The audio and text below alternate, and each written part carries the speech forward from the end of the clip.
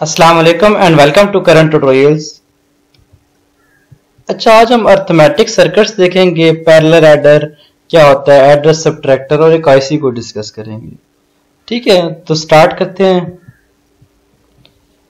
N bit parallel adder देखते हैं। ठीक है, इसमें एन नंबर ऑफ बिट्स को हम पैरेलल तरीके से ऐड कर रहे होते हैं। ठीक है, पैरेलल तरीके से हम इस तरह ऐड करते हैं कि पहले वाला कैरी जो है ना अगले वाले के कैरी इनपुट पे दे देते हैं। ठीक है, तो जितने भी हमारे फुल एड्रेस हैं उनको कैस्केड में लगा देते हैं। जैसे ये देखें फिगर में ना, ये दो बिट्स को पैरेलल में ए नॉट और बी नॉट को आपस में ऐड किया गया है, तो सम इसका जो मिला एस नॉट है। ठीक है, तीसरा जो कैरी सी इन आ रहा था, ठीक है, इनपुट में क्या था, ए नॉट, बी नॉट और सी इन। ठीक है, तीन इनपुट्स थी, इसमें दो आउटपुट है, एस नॉट यानी कि सम और कैरी। ठीक है, फुल एडर है, फुल एडर एफ ए लिखा हो, फुल एडर 0। ठीक है, तीन इनपुट्स हैं और दो आउटपुट्स हैं। ठीक है, एस जो सम है वो आउटपुट पे ले लिया, इसका कैरी जो है अगले की कैरी इनपुट पे दे दिया। ठीक है, आगे फिर फुल एडर लगा हुआ है, इसमें 1 2 और ये तीन इनपुट्स हैं, इसका सम आउटपुट पे ले लिया, इसका कैरी जो है अगले वाले की इनपुट पे दे दिया। इसी तरह हम जितने चाहें फुल एड्रेस लगा सकते हैं। ठीक है, तो हमने क्या किया, पहले वाले का कैरी अगले वाले की कैरी इनपुट पे दे दिया और सम जो है वो पैरेलल में आउटपुट ले लिए। अब ये सारी एडिशन देखें पैरेलल में हो रही है, एक वक्त में ये भी काम कर रहा है, इससे आउटपुट लेके ये भी काम कर रहा है, सारी पैरेलल में एडिशन हो रही है।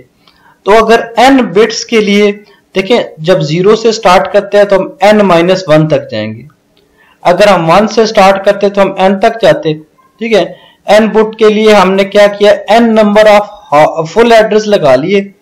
ठीक है, और सारे पैरेलल में काम कर रहे हैं, तो इसलिए हमने इसको n बिट पैरेलल एडर कह दिया। ठीक है, ये वही डायग्राम थोड़ी साफ सुथरी करके बनाई गई है। ठीक है, इसमें देखें 4 बिट्स के लिए A0, A1, A2 और A3 है ना, तो 4 बिट्स के लिए तो 4 बिट पैरेलल एडर लिखा हुआ है। और इसमें क्या इस्तेमाल किए गए हैं, फुल एडर इस्तेमाल किए, 4 फुल एडर इस्तेमाल किए गए हैं।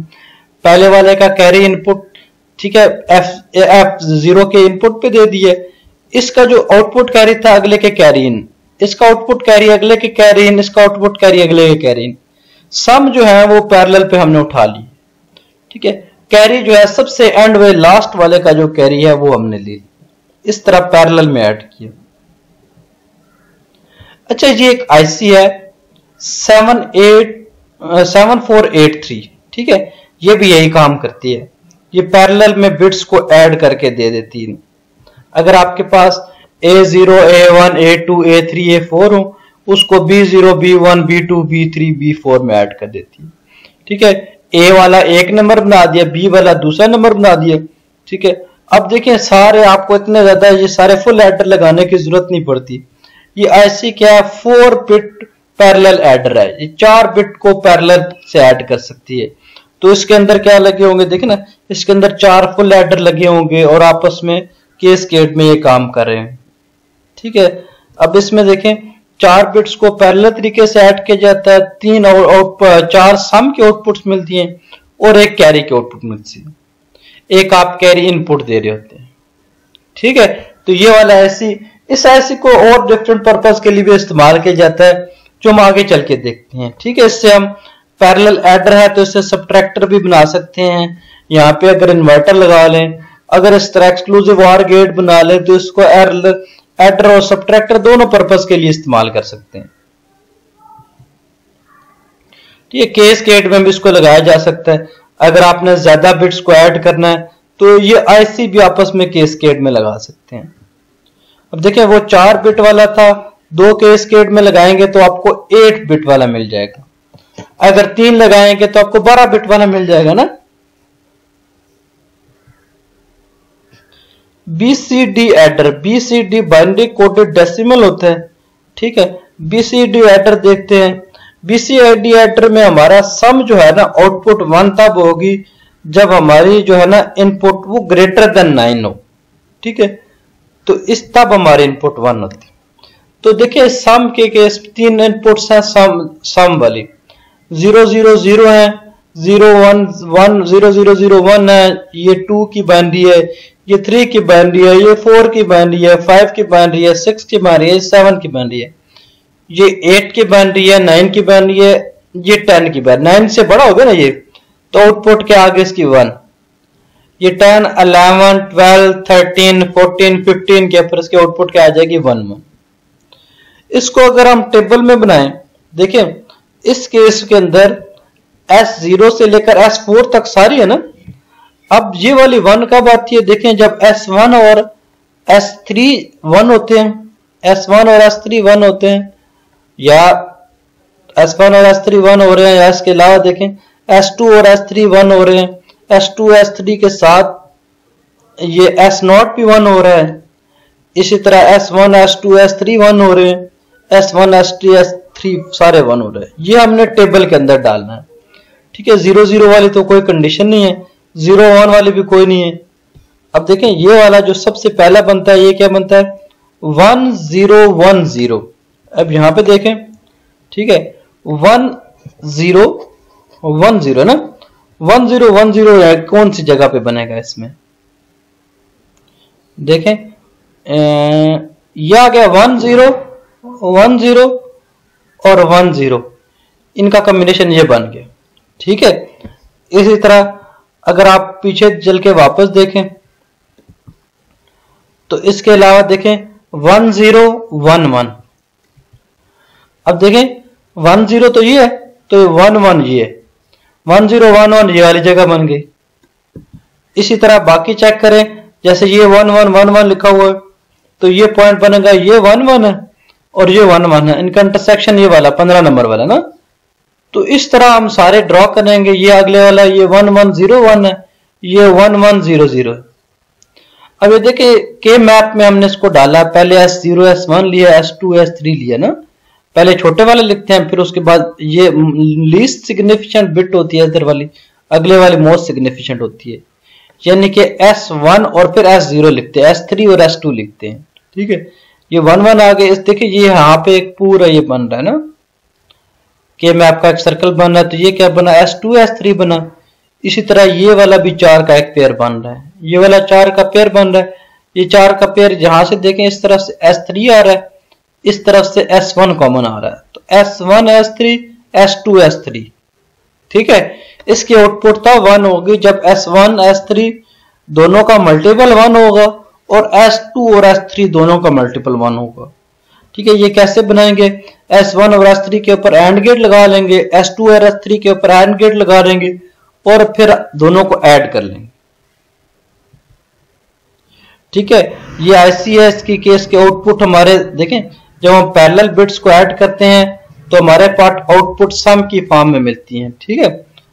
IC 7483 हम इस्तेमाल करते हैं। देखें एक IC 4 बिट्स को ऐड करने के लिए इस्तेमाल की जाती है, दो IC जो है 8 बिट के लिए इस्तेमाल की जाती है, क्योंकि यहाँ पे हमने क्या करना है, इस डायग्राम को बनाना है। डायग्राम क्या है, S0 1 2 3 4 की बेस पे, ठीक है।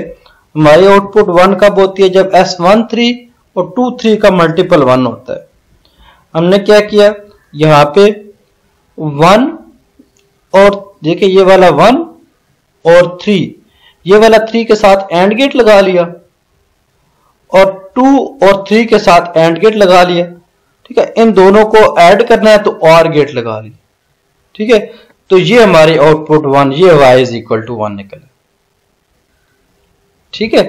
बाकी ये जो लॉजिक सर्किट है उसके मुताबिक ये बाकी डायग्राम बनी हुई, कैरी आ रहा है तो कैरी पिछले वाले सम में यहाँ पे ऐड होके y डैश मिला है, हमारा ये वाला y है जो हम अभी जिसको डिस्कस कर रहा था। अच्छा IC 7483, ठीक है। ये IC जो है ये पैरेलल एडर के लिए इस्तेमाल की जाती है, तो इसको एडर सब्ट्रैक्टर या एडर सब्ट्रैक्टर एक ही वक्त में दोनों काम इस्तेमाल किए जा सकते हैं। अच्छा देखिए ये वाली IC कुछ इस तरह से होती है, इसके ऊपर 4 बिट्स इनपुट पे 8 बिट देते हैं, ये इन चारों को और इन चारों को आपस में ऐड करना होता है, तो इसीलिए कहते हैं 4 बिट बाइनरी पैरेलल एडर, यानी कि ये 4 बिट्स जो है पैरेलल में ऐड हो रही हैं और चारों बिट्स बाइनरी में, तो इसीलिए लिखा हुआ 4 बिट्स बाइनरी पैरेलल एडर, ठीक है। अब पैरेलल एडर में हमें आउटपुट S0 1 2 3 मिल रहे होते हैं और कैरी जो है वो क्या C आउट मिल रहा होता है। एक्चुअली इसके अंदर 4 हाफ एडर लगे होते हैं। 4 हाफ एडर में पहले वाला हाफ एडर A0 और B0 को ऐड कर रहा होता है और C इन ले रहा होता है। ठीक है, अब पहले हाफ एडर की जो C आउटपुट होती है अगले की C इन होती है। ठीक है, इसकी डायग्राम मैं आपको दिखाता हूं, कुछ इस तरह से होती है। देखें, A0 और A0 को आपस में ऐड कर रहे होते हैं, C इन ले रहा होता है। ठीक है, सम आउटपुट मिल गई। इसकी जो आउटपुट है अगले की इनपुट पे भी चली गई, इसकी आउटपुट अगले के इनपुट पे चली गई। देखें, अब पहले वाले केस में 1 2 और 3 इनपुट्स थी और 2 आउटपुट्स थी। ठीक है, 3 इनपुट और 2 आउटपुट के लिए हम फुल एडर इस्तेमाल करते हैं। ठीक है, अगर हमारे पास 2 इनपुट और 2 आउटपुट हो तो हाफ एडर होता है, क्योंकि इसमें 3 इनपुट है तो फुल एडर इस्तेमाल किया। अब ये C, इसका C आउट है, अगले के C इन पे चला गया, अगले के C इनपुट पे चला गया तो अगले के भी 3 इनपुट्स हैं। ठीक है, इसमें एक्चुअली 7 4 8 3 में 4 फुल एडर लगे होते हैं कैस्केड में। ठीक है, एक की आउटपुट अगले की इनपुट बन रही होती है। तो अगर हम इसको सिंपल तरीके से ऐड कर इस्तेमाल करें तो ये क्या होता है, पैरेलल एडर के तौर पर इस्तेमाल होता है। ठीक है, और अब देखिए इसको अगर सब्ट्रैक्टर के तौर पर इस्तेमाल करना है तो देखिए पहले सारे इनपुट सिंपल मिल रही हैं, सारे इनपुट्स को इन्वर्ट करके दे दी। ठीक है, नॉट गेट इस्तेमाल करें। ठीक है, सारे इनपुट को क्या कर दिया, उसको कंप्लीमेंट ले लिया, सारे इनपुट को कंप्लीमेंट ले लिया। अब देखिए पहले C इन कैरी इन था, अब C इन के ऊपर क्या कर दिया, C इन के ऊपर 1 कर दिया। जब C इन के ऊपर 1 कर दिया तो आप A माइनस B करके आपको यहां पे ये सम की जगह में क्या मिल जाएगा, डिफरेंस मिल जाएगा। तो इस तरह 7483 को हम एडर के तौर पर भी इस्तेमाल कर सकते हैं, इसको सब्ट्रैक्टर के तौर पर भी इस्तेमाल कर सकते हैं। अब आप ये सोच रहे होंगे कि आप एक वक्त में या तो एडर पे के तौर पर इस्तेमाल करेंगे, वरना अगर आपने इन्वर्टर लगा दिया इसके ऊपर तो फिर एज ए सब्ट्रैक्टर इस्तेमाल होगा। इसमें एक ऑप्शन ये भी है कि एक ही टाइम के ऊपर दोनों इस्तेमाल कर लें।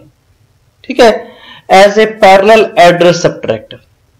ठीक है, अब इसमें देखें हमने क्या कर दिया, एक्सक्लूसिव और गेट लगा दिया, एक्सक्लूसिव और गेट लगा दिया। यहां पे एक सिलेक्शन मोड लगा दिया। देखें यहां पे C इन 1 हम तब देते थे जब सब्ट्रैक्शन कर रहे होते थे।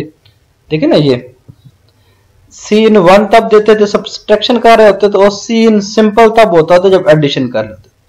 तो यहाँ पे जब मोड के ऊपर हम 1 देंगे तो इसका मतलब सब्ट्रैक्शन होगा।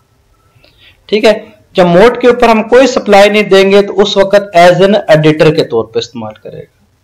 जब मोड के ऊपर 0 देंगे तो ये हमें सम मिलेंगे। ठीक है, S1 S2 S3 S4 मिलेंगे। इसी तरह जब मोड के ऊपर 1 देंगे तो ये D0 D1 D2 D3 मिलेंगे, यानी कि सम और डिफरेंस इसीलिए लिखा हुआ है।